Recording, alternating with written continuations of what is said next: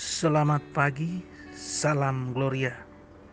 Saya Daniel dari Lombata. Hari ini akan membagikan hasil permenungan pribadi saya berdasarkan Injil hari ini, Injil Lukas bab 11 ayat 27 sampai 28. Injil hari ini hanya 2 ayat dan isi pesannya singkat, padat, dan jelas. Karena hanya 2 ayat, maka pilihannya jelas. Kalau bukan 27, berarti 28. Hari ini saya terkesan dengan kedua ayat, yakni ayat 27 dan ayat 28. Ayat 27, berbahagialah ibu yang telah mengandung engkau dan susu yang telah menyusui engkau. Ayat 28, yang berbahagia ialah mereka yang mendengarkan firman Allah dan memeliharanya.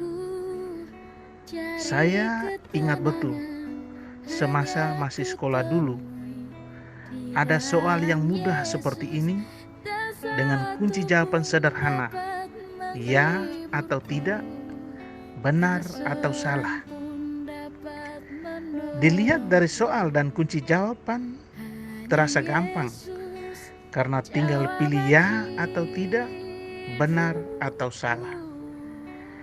Tapi jangan kaget, karena biasanya hasil yang keluar atau nilai yang kita peroleh tidak sampai 100. Kelihatan gampang, tapi hasilnya memang susah. Hari ini, setelah membaca dan merenungkan pesan Injil, saya kaget. Saya masih seperti anak sekolah dulu, dengan gurunya saat ini adalah Yesus. Pertanyaan Yesus ke saya hari ini, siapa yang berbahagia? Kelihatannya gampang untuk saya jawab, tapi susah untuk saya wujudkan.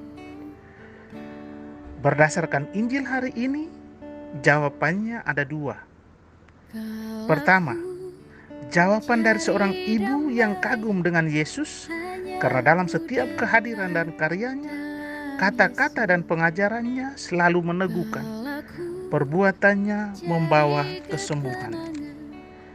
Dan tentu saja banyak orang mengaguminya.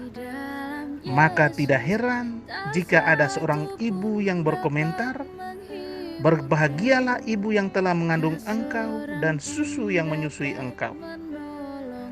Ini gambaran manusiawi, dan saya yakin kita semua mengalami peristiwa ini. Karena ibu yang melahirkan kita pasti bangga dengan nasib dan keadaan kita yang sekarang. Ada yang sudah jadi PNS, ada yang sudah jadi wartawan, ada yang sudah jadi dosen, ada yang sudah jadi wira swasta, dan masih banyak lagi. Tapi bagi Yesus, ini kebanggaan semu. Ini duniawi. Ini tidak ada yang abadi.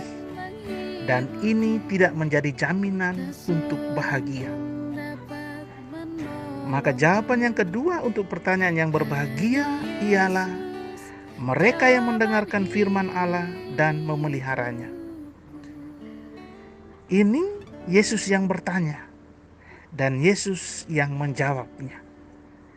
Itu artinya benar, dan kita tidak punya jawaban dan alasan yang lain.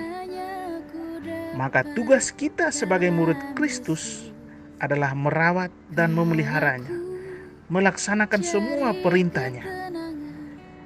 Ini memang gampang susah. Oleh karena itu, saya mengajak kita semua, mari kita terus mendoakan dan berpasrah diri agar kita bisa menghayati dan melaksanakannya. Utamakan dulu kerajaan Allah dan kebenarannya, maka dunia akan ditambahkan bagimu. Semoga. Terima kasih. Deo Gracias. Salam sehat dari Lombata untuk Indonesia. Tuhan Yesus memberkati.